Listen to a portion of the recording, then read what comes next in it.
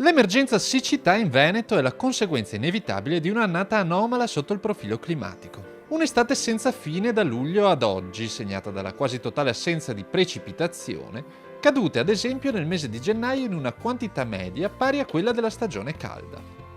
Una tendenza preoccupante, solo apparentemente invertita dalle piogge degli ultimi giorni, che ha spinto la Regione e i consorzi di bonifica del Veneto ad incontrarsi in occasione di Fiera Agricola a Verona con l'obiettivo di verificare lo stato di salute del sistema irriguo regionale, indispensabile fonte di approvvigionamento per l'agricoltura locale.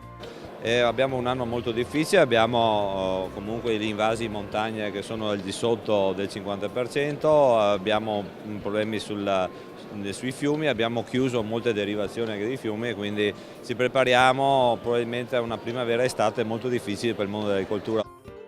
La persistente siccità fa suonare il campanello d'allarme del mondo agricolo e specialmente in Veneto, che vede in pericolo il proprio patrimonio agroalimentare di qualità, la cui produzione lorda vendibile è stimata sui 5 miliardi e mezzo di euro, rischia una perdita del 20-30%. Senza acqua non c'è un'agricoltura di qualità. Io dico sempre che si può fare agricoltura anche piantando i cactus, no? Nel deserto, però evidentemente non sono redditivi. I prodotti di qualità hanno necessità di un'acqua di qualità e di quantità necessaria. Noi la usiamo bene, non la sfruttiamo male, però è indispensabile che ci sia la giusta quantità e la giusta qualità dell'acqua.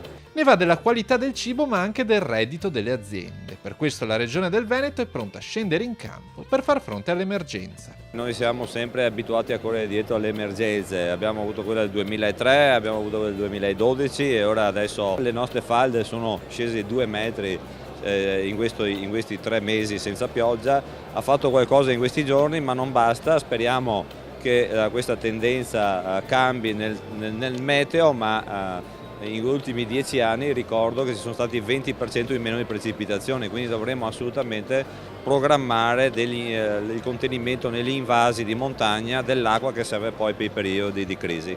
E programmazione è la parola d'ordine dei consorzi di bonifica, pronti a realizzare un piano di ammodernamento del sistema irriguo del valore di 1,3 miliardi di euro, per il quale tuttavia manca ancora l'adeguato sostegno finanziario da parte delle istituzioni.